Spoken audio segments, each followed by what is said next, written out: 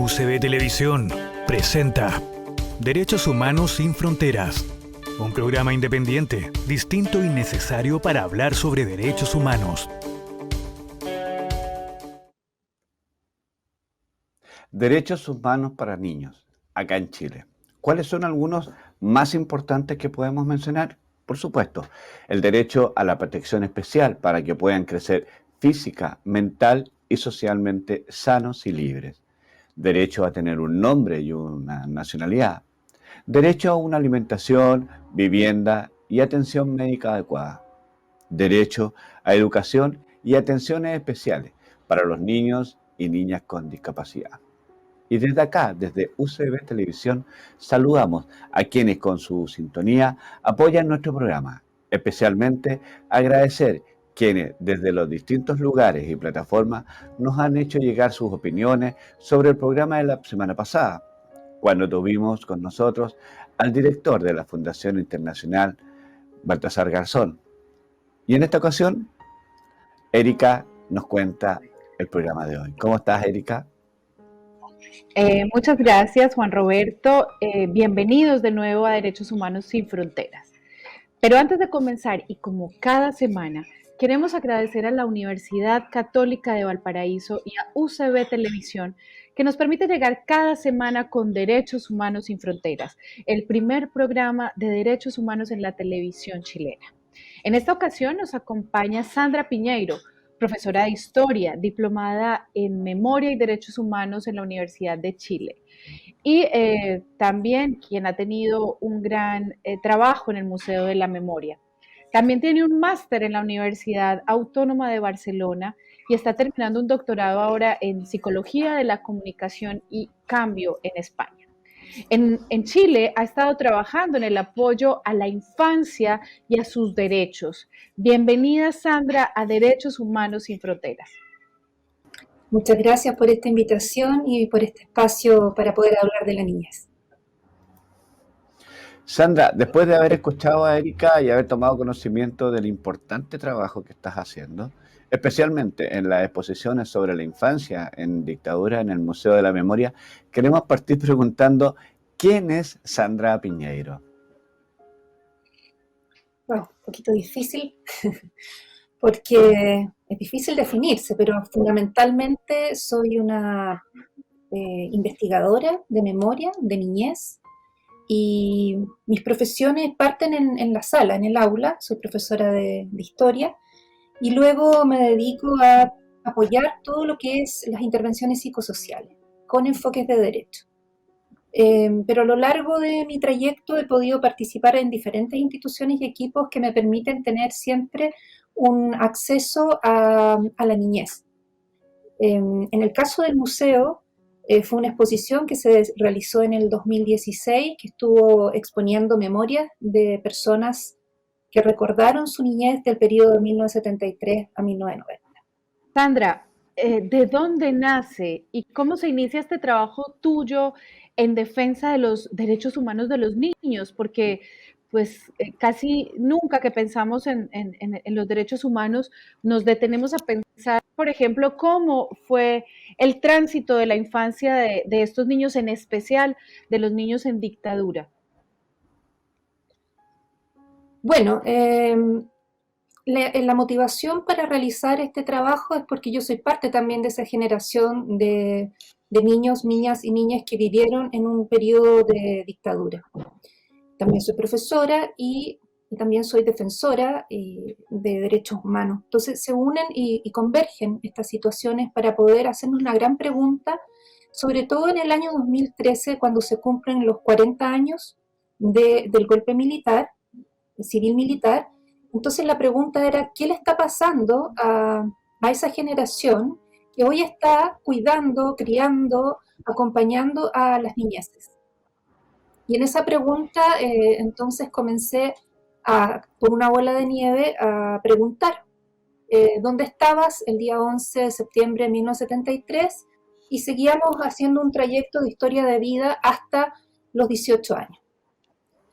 Esa niñez es diversa como es la niñez en todos lados y en toda época, Pero estas personas con las que yo me encontré, que fueron más de 120 personas, tenían un espacio en común.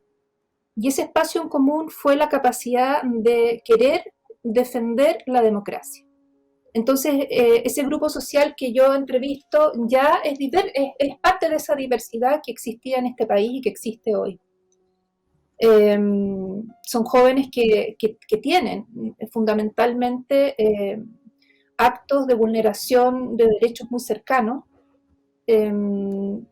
Y era una hipótesis, qué tan cercano o qué es lo que moviliza a la niñez a organizarse y ser parte de un actor social para defender la democracia.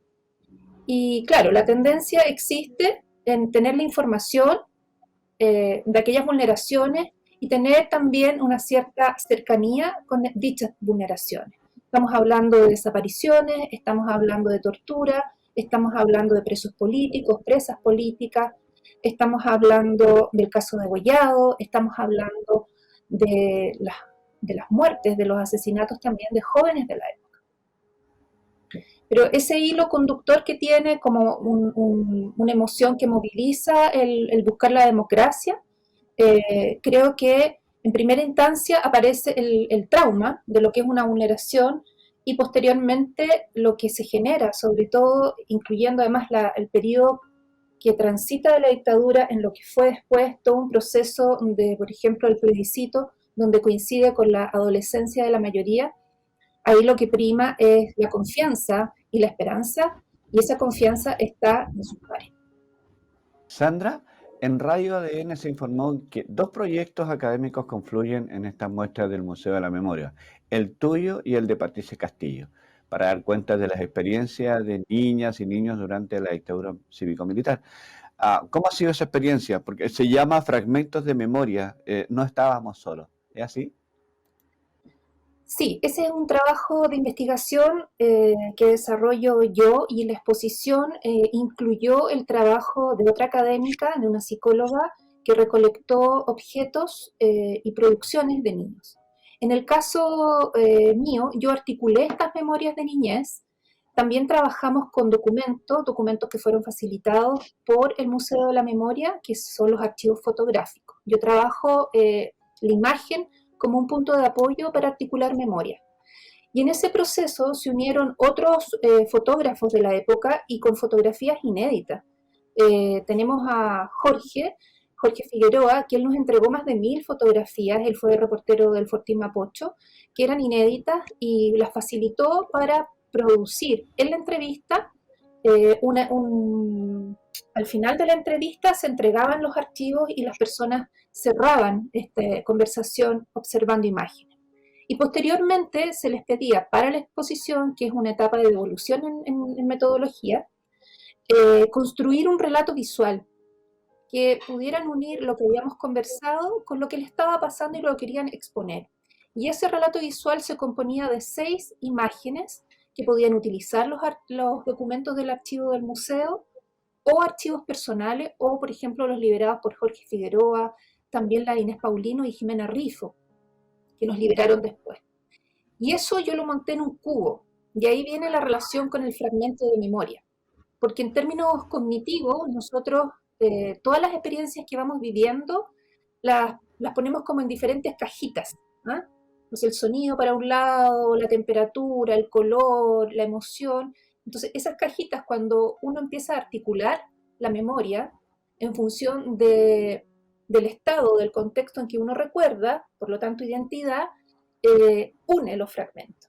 Entonces los cubos, cada cara de un cubo es un fragmento. Y los cubos estaban no solo exhibidos en la pared, sino que estaban hechos, formas de cubos, que estaban en una mesa del comedor de la época como una instalación, y estaban tirados, cosa que las personas podían acercarse y moverlos. Y en ese instante era el símbolo de articulación de memoria, porque al mover los cubos iban construyendo y uniendo imágenes. Ahora, sobre esas imágenes, evidentemente las imágenes que más se reiteran en el uso que tuvieron los participantes y que se apropiaron de esas imágenes fueron aquellas marchas en Camin con la Alameda, porque además no hay tanto registro de otros lugares. ¿ah? Porque sí, en los relatos hay harto testimonio que grafica, por ejemplo, toda la organización de Santiago. Yo trabajé solo con la región metropolitana de la zona sur. ¿Mm? Entonces, estos dos proyectos, que afortunadamente hoy en día hay muchas más investigaciones de esa niñez, y han salido también más producciones de niñez para poder seguir investigando, se unen en un espacio que entrega el Museo de la Memoria para poder hablar de la niñez, que antes no se había visibilizado de esa manera, aunque está el documental de actores secundarios, que no recuerdo la fecha de su exhibición, pero por lo menos fue unos 5 o 6 años antes de esta exposición. ¿Es la misma exposición que se hizo en Soul Gallery allá en Toronto, en Canadá? ¿Es el mismo, igual?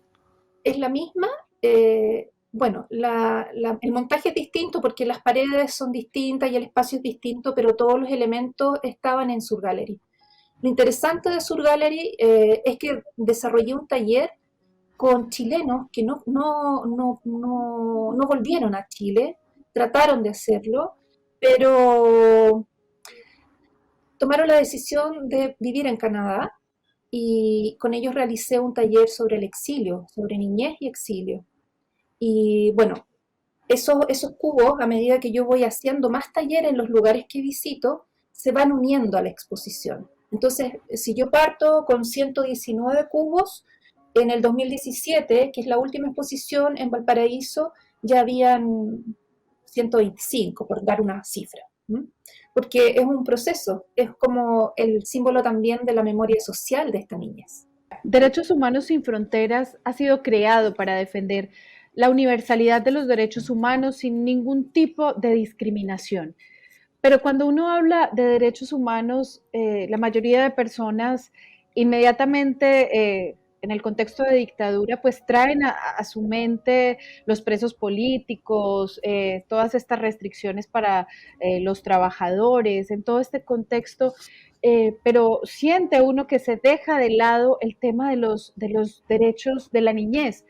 Pero en este contexto, los derechos de la niñez fueron, o sus vulneraciones fueron igualmente importantes. ¿Cuál es su apreciación sobre el tema de la vulneración de los derechos humanos de los niños en este contexto de la dictadura?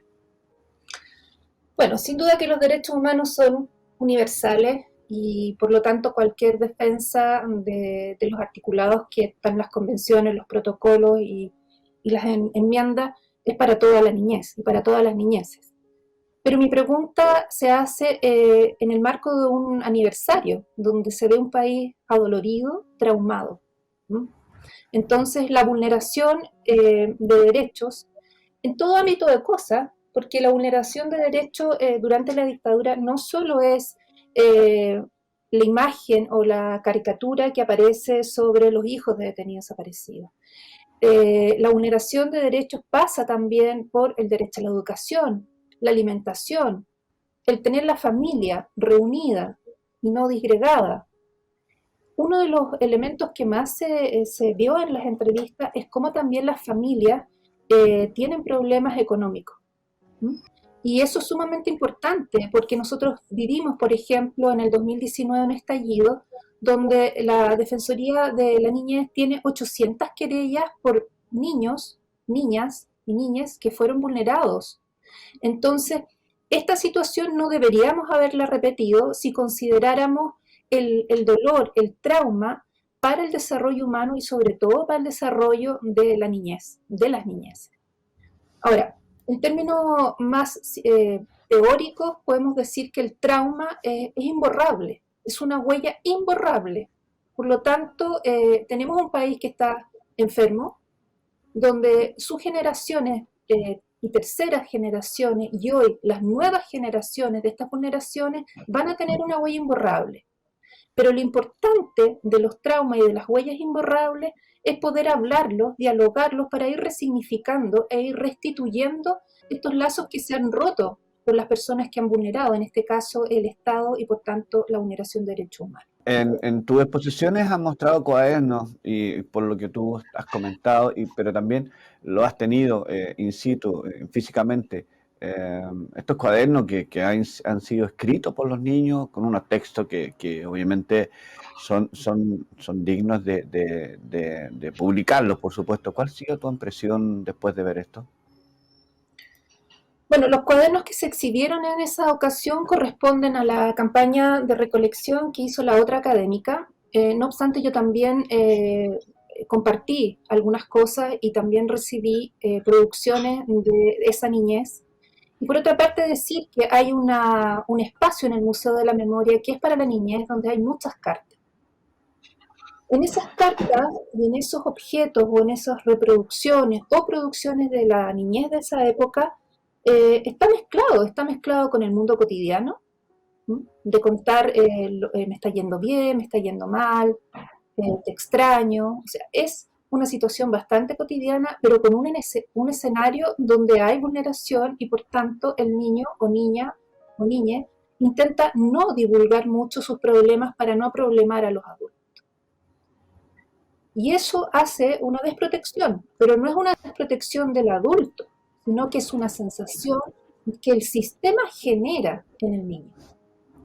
Entonces es bien complejo porque podemos encontrar, está el diario de Francisca, que también lo editó en la otra académica, donde está el diario completo, pero hay muchas cartas y en términos de ver qué es lo que está entendiendo el niño, entiende perfecto. Lo que pasa es que muchas veces los adultos tememos y no sabemos hasta qué punto podemos informar. Además, informar situaciones tan crueles. Cuando no hay mucha claridad de la información, se produce una ambivalencia y en eso podemos fomentar incluso la ansiedad. Entonces, esa pregunta que tú me haces es una gran pregunta para poder ver qué es lo que conoció el niño o niña, cómo lo interpreta en el contexto que vive, qué le da información para poder interpretar mejor aún y para poder elaborar de alguna manera o aprender a tener recursos de protección. El silencio es algo que aparece muchísimo en los testimonios. El silencio es una herramienta de protección. En la familia solamente se hablan algunas cosas bajito porque el riesgo es perder la vida. Entonces es una generación además que vive con la muerte. Y por eso también se produce y podríamos llevar esta sensación o este diagnóstico, por así decirlo, a otros planos actuales. ¿Mm? Cuando nosotros vemos a niñas y niños en la macrozona sur que viven con la muerte, o cuando vemos en Santiago niños y niñas que viven no 2 años atrás, sino 20 años atrás con balas locas, viven con la muerte. Entonces, ¿de qué manera nos podemos preguntar qué es lo que debemos decir, no decir, para que ellos tengan también recursos, habilidades de autoprotección y por lo tanto lograr esa autonomía progresiva que les permite entonces ser parte del sistema social? Sandra, es muy interesante esta entrevista y a mí me surgen varias inquietudes. La primera de ellas es que, pues sabiendo que en el trabajo con víctimas, el abordaje con víctimas, pues se desarrolla a partir de los ejes de verdad, justicia, reparación y garantía de no repetición, pues uno podría entender que no hubo una reparación a esos niños que hoy son adultos, ¿sí? Y que solo quedaría la memoria, ¿sí? La memoria para poder sanar y para poder hacer un ejercicio de verdad, de justicia. Y lo que uno lee entre líneas es que tu trabajo también es la garantía de no repetición, que no se, digamos, que no se repitan estas mismas actuaciones con esta infancia de hoy frente a las posibles vulneraciones de derechos humanos. Y entonces ahí es cuando uno toma el ejercicio de memoria como la única salida para esta generación anterior que pues ya no se, ya de alguna manera no se reparó. ¿Estás de acuerdo con eso, con el tema del ejercicio de la memoria? Y la segunda pregunta que te haría es, en esta labor que es tan importante, porque no es solo para la generación anterior, sino incluso deja mensajes y aprendizajes para las generaciones actuales, ¿recibe alguna ayuda del Estado? ¿O cómo financia? ¿Cómo logra usted desarrollar esta actividad? Esas preguntas me surgen. Hoy te agradezco tanto esta pregunta. Voy por la primera. Mira, la reparación en Chile tuvo institucionalmente una estrategia de calificar víctimas y darle algunas garantías. ¿Mm? Por ejemplo, salud. En términos de justicia, los procesos son larguísimos. Entonces, como la justicia y la verdad no llegan porque son muy lentas y porque las instituciones que calificaron a las víctimas instalan, por ejemplo, un sistema de salud o un acompañamiento permanente, no dan abasto, es justamente la necesidad de articular memorias en espacios participativos. Yo en ese año, en el 2016, observé que la mayoría de los trabajos de memoria hacíamos entrevistas y luego escribíamos, ¿sí? O hacíamos alguna producción X. Entonces, cuando veo esta huella que ha sido resignificada en los espacios más personales, pero no sociales, y donde no hay políticas públicas con financiamiento concreto en esa época, ahora hay un poco más, ya lo comentaré, dije, bueno, aunque dure el proceso de entrevista 2 años, lo vamos a hacer para que en su tercer año puedan exhibirlo. Y es un proceso de metodologías participativas que se basan en experiencias teóricas que tienen que ver con las intervenciones psicosociales. ¿Mm? Entonces, de alguna manera, yo el modelo de la intervención psicosocial y participativa lo integro y lo aplico a la articulación de memoria. Este es un espacio que, como la memoria va cambiando, además porque uno va cambiando y porque los contextos van cambiando, aunque los ejes fundamentales son los mismos, creo que fue un espacio justamente para restituir. Entonces ya no hablo de reparación, sino de restitución. Y eso, la restitución tiene que ver con la capacidad, por ejemplo, de hablar con mis hijos, que no sabían absolutamente nada, o con la capacidad de volver a tener una agencia social, o con la capacidad de volver a encontrarme con otros que no veía hace mucho tiempo y poder decirle, oye, ¿cómo te llamabas tú? Es decir, restituir lazos de confianza para que podamos comenzar a ser de nuevo actores sociales. Respecto al financiamiento, mi investigación es autofinanciada, fui patrocinada, hay una unidad en el Ministerio de las Culturas que me apoyó en la exposición de Valparaíso, el museo me prestó el espacio, yo el diplomado que hice fue de la Universidad de Chile y el Museo de la Memoria, y lo que sí me gané fue esta beca para ir a Canadá, que fue por DIVAM. Hoy en día existen financiamientos, pero son muy escasos, porque en Chile además no solo están las personas que están articulando memorias de colectivos de niñez, sino que hay muchas memorias y hay muchos sitios de memoria. Entonces, competir entre nosotros mismos, además, es difícil. Una anécdota es que una vez postulamos con un periodista muy reconocido a un proyecto y quedamos entre 3 que había que escoger a uno. Y dijimos, no hagamos nada más, si los que están ahí también son los mismos. Y soltamos en el fondo, dijimos, el proyecto no lo hacemos y que hagan los otros. Entonces, falta una política clara, con financiamiento, con mecanismos, que involucre todas las áreas de la memoria, desde lo cultural, desde la educación, desde la formación ciudadana, y yo creo que esa es la forma de ir avanzando hacia la no repetición. Y pensemos que la experiencia, si bien es un contexto de vulneración política, fundamentalmente, esto se replica. Si uno limpia los contenidos de los testimonios y de los análisis, estamos replicando estas mismas sensaciones, como dije anteriormente, en niñas, niños de la periferia y de la macrozona sur, Hoy, por ejemplo, también todos los niños migrantes en las condiciones que vienen. Hay un trabajo, se están haciendo trabajos que van a levantar esos datos. Entonces, no creo que el mejor escenario para hacernos preguntas es justamente a una generación que fue vulnerada en todos los ámbitos de una sociedad. Y ahí nos esclarece un poco lo importante de lo que es la probidad, la protección y la garantía. ¿Cómo se pueden crear nuevamente esos lazos perdidos en base a lo que tú recientemente comentabas, Sandra? A ver, primero partir con la idea de la restitución, que debo agregar que es un concepto que yo estoy utilizando en los últimos años gracias a una psicóloga que es Michelle Cordovero. La restitución es más que la reparación en el sentido de que la reparación, para mi entender, tiene que ver con las acciones del Estado. La restitución también es una responsabilidad del Estado, no obstante, las podemos realizar sin el Estado.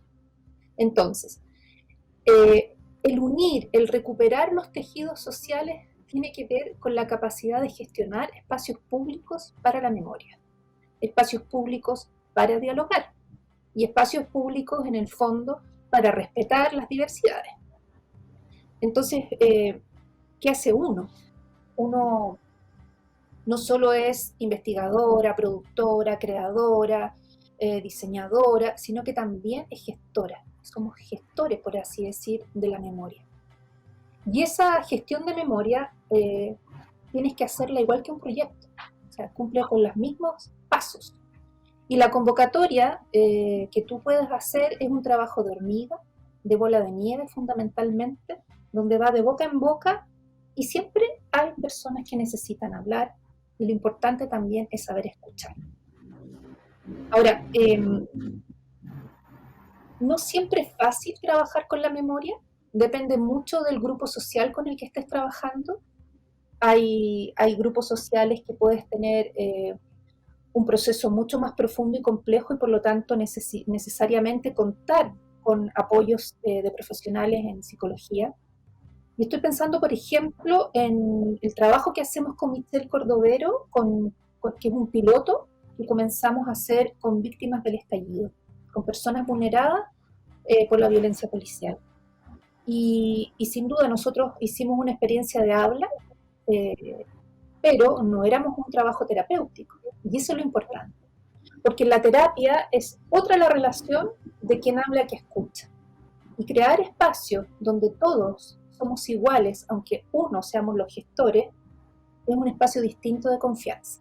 Y eso restituye, eso da la esperanza de poder creer en el otro. Porque cuando tú sufres una vulneración tan grande, por ejemplo, como perder un ojo, o perder los dos ojos, o perder la vida, tú no confías en nadie. O sea, si yo les pregunto a ustedes, van saliendo a la calle y les roban el celular, el estrés postraumático va a ser mirar a todos lados. Imagínate entonces cuando tú te sales a manifestar en un ambiente de alegría y te quitan tus ojos. Entonces, a eso se refiere la restitución. Es un proceso lento, por lo tanto, de mucha dedicación, de mucha capacidad de escuchar y no juzgar, y de transformar, porque en esa escucha que se produce, en ese diálogo que se desarrolla, es para transformar. Por ejemplo, sentir que, estoy pensando en los secundarios de la dictadura, la verdad es que yo faltaba mucho al colegio y quedaba como un niño irresponsable. No, yo faltaba mucho al colegio porque tenía que ir a reuniones y organizarme. A eso se refiere con las transformaciones y que tienen que ver con solo hablarlo. Sandra, en los países que han tenido conflictos y donde hay víctimas de estos conflictos, cada vez se ha ido entendiendo el tema de memoria, un ejercicio fundamental para la reconstrucción de tejido social, para que estas sociedades puedan perdonar y puedan sanar y seguir adelante como unas sociedades ya en paz y prósperas.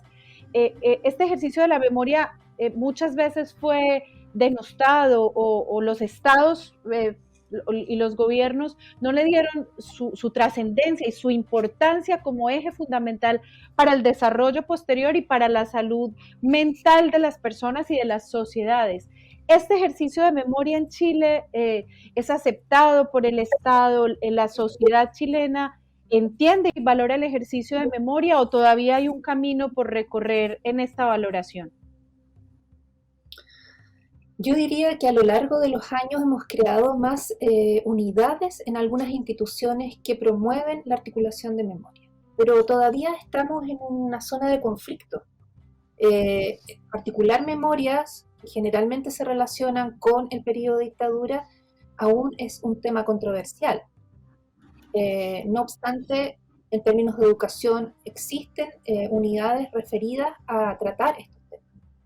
Existe una subsecretaría de Derechos Humanos, está el Instituto de Derechos Humanos, están los sitios de memorias a lo largo de todo el país y cada vez más sitios aparecen. Están todos los colectivos y las organizaciones, pero todavía sigue siendo un punto de tensión. Ahora, yo creo que con la experiencia, haciendo una comparación con las experiencias de otros países, en el caso personal yo he mirado mucho lo que sucede en Colombia, porque no solo tienen una metodología participativa donde el protagonista y la voz es justamente la persona vulnerada, sino que el lenguaje plástico y artístico es un espacio de evolución, que es lo que yo traté de incorporar con esta creación de Cubo. Si nos vamos, por ejemplo, a Argentina, lo que hay es mucha producción teórica, hay experiencias participativas, pero no en el tono de Colombia. En Uruguay, en Brasil, yo creo que todo el Cono Sur está teniendo cada vez más un desarrollo sobre la memoria. En Brasil hay mucha teoría y muy interesante, el concepto de memoria social se levanta no solo de otras épocas, sino que ahora se aclara aún más. Yo creo que a Chile le falta harto entender por qué la memoria, pero también los que trabajamos por la memoria, para la no repetición, tenemos que entender también que hay algunas personas que prefieren el olvido. Y ese olvido es parte de su silencio y es parte de la incapacidad de poder elaborar. Y hay que tener respeto por eso. Ahora, en términos bien teóricos o cognitivos, para mí, en lo que he estudiado, cada vez que recordamos o articulamos memoria, estamos olvidando. Porque se construye ese pasado tomando esas cajitas que hablaba antes. Pero cada vez que tomamos esas cajitas, esto se va reelaborando hasta que puede ser olvido. Entonces mi mejor recomendación es no tenerle miedo a la memoria, porque de esa manera se olvida.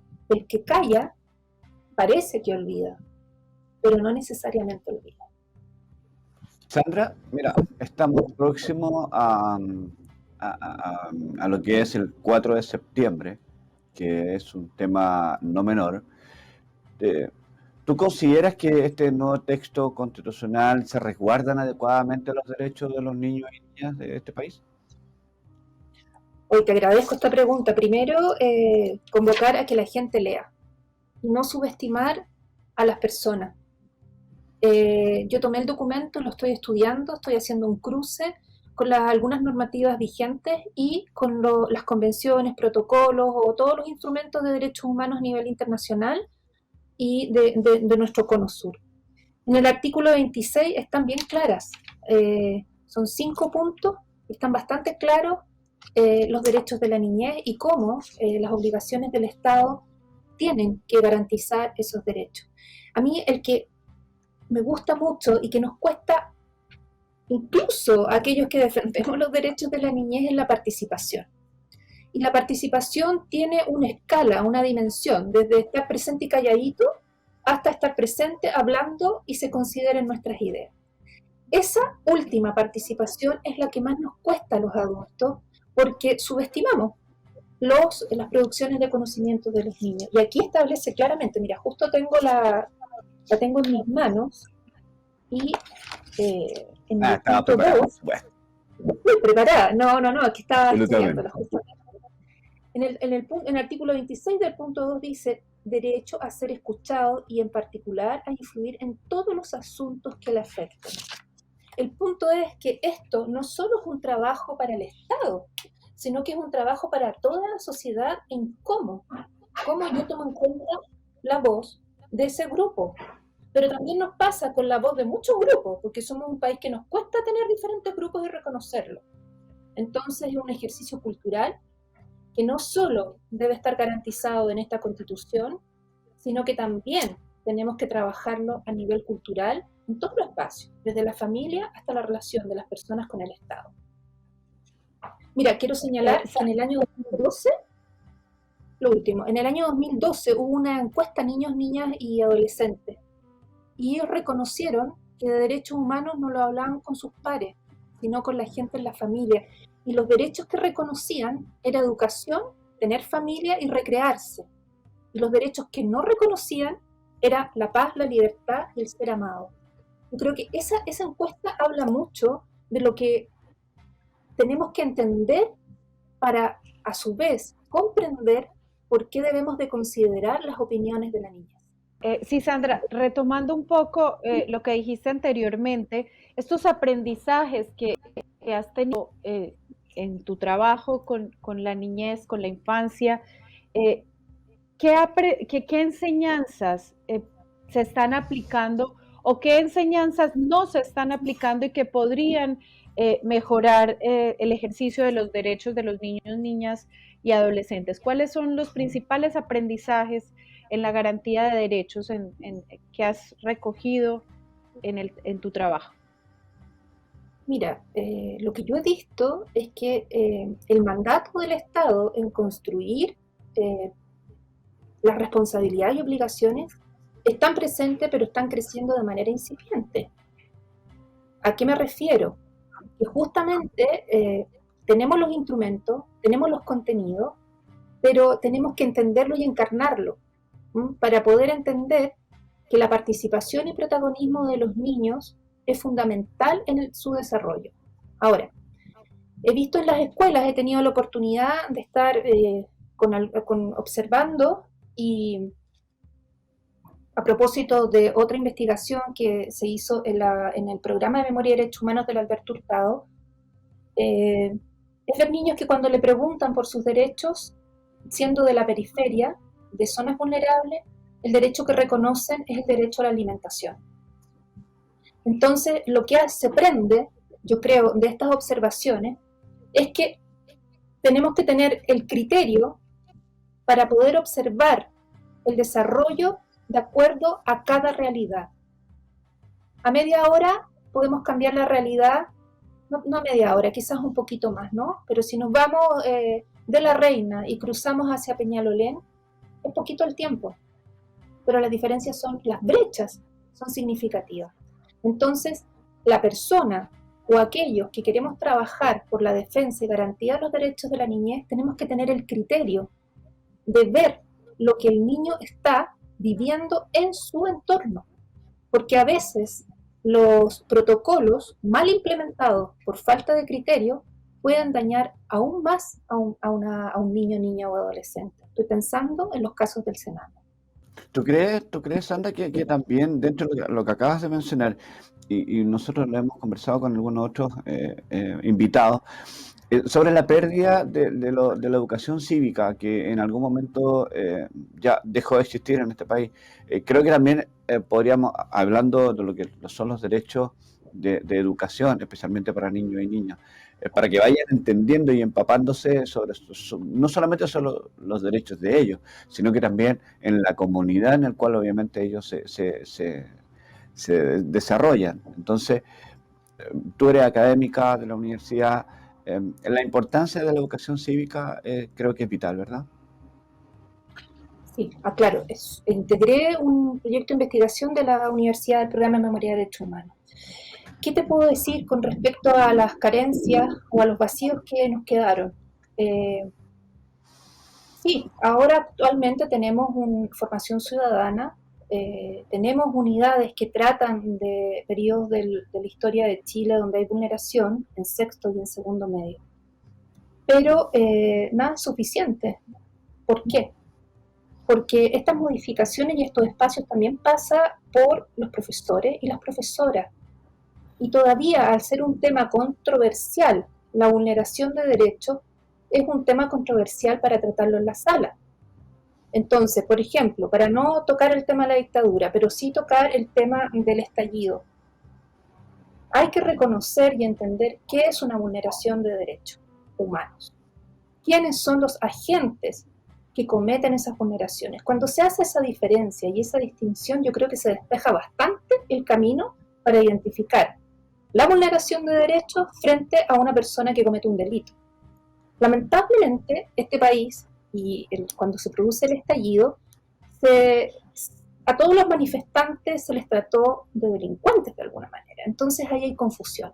Entonces estamos en un contexto social, histórico-cultural, donde debemos todos formarnos en lo más básico y abrir espacio, no tener miedo a abrir el espacio, pero eso requiere de habilidades también, que es la capacidad de escucha, la habilidad de conducir, de liderar, de respetar la diversidad. En términos de educación, por ejemplo, universitaria, hay varios electivos, pero siguen siendo electivos. Yo creo que toda formación profesional debe tener al menos un par de horas en derecho. ¿Piensas tú que se revictimizan en la medida en que no se aplica un enfoque diferencial para ellos o al no aplicar los aprendizajes que se tienen?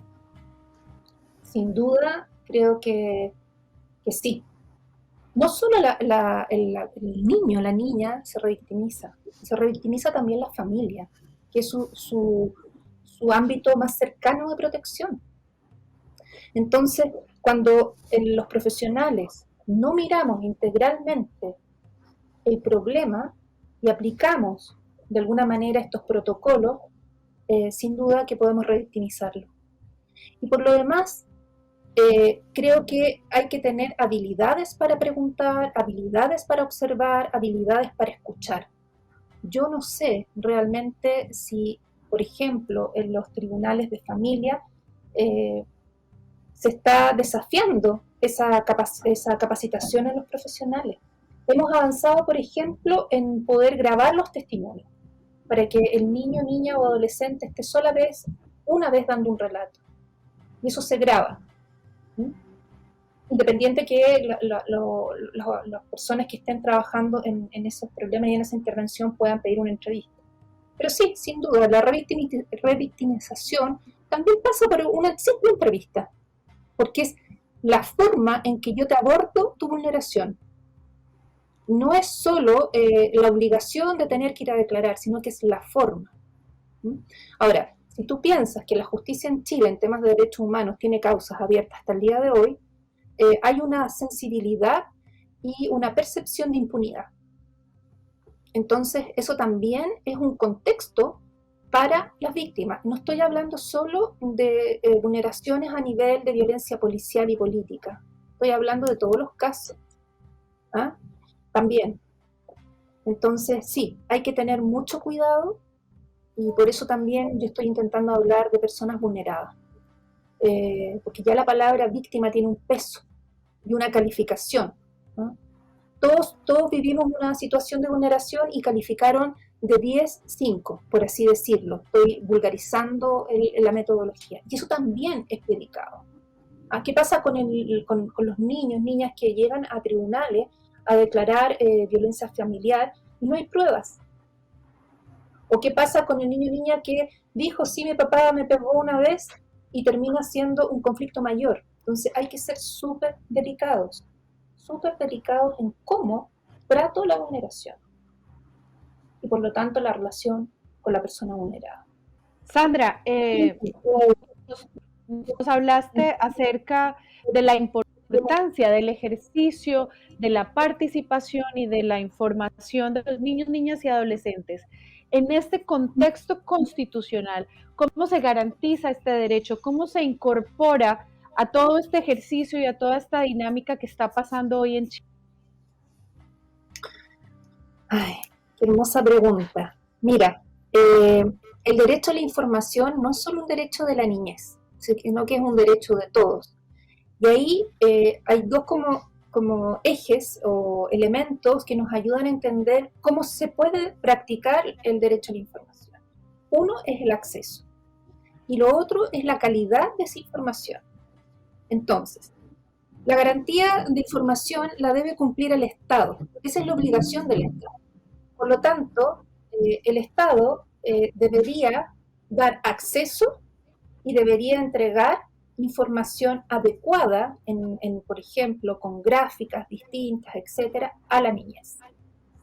Afortunadamente existe la Defensoría de la Niñez que está creando experiencias e instancias de información, pero no es suficiente, porque Chile no es solo de aquellas familias que accedemos a Internet o a tecnología, tenemos niños de zonas rurales.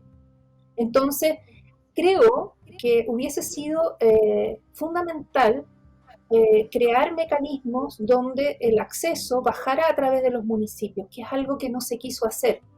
Por tanto, creo que cabe ahora para los profesores crear instancias de diálogo donde al menos expliquen lo que se va a vivir este 4 de septiembre y las familias ojalá puedan leer y comentar con sus hijos, hijas o niñas y niñas adolescentes que tienen a su cuidado, qué es lo que les interesa a ellos, qué es lo que no entienden, qué les gustaría entender, qué les gustaría que hubiese estado, etc.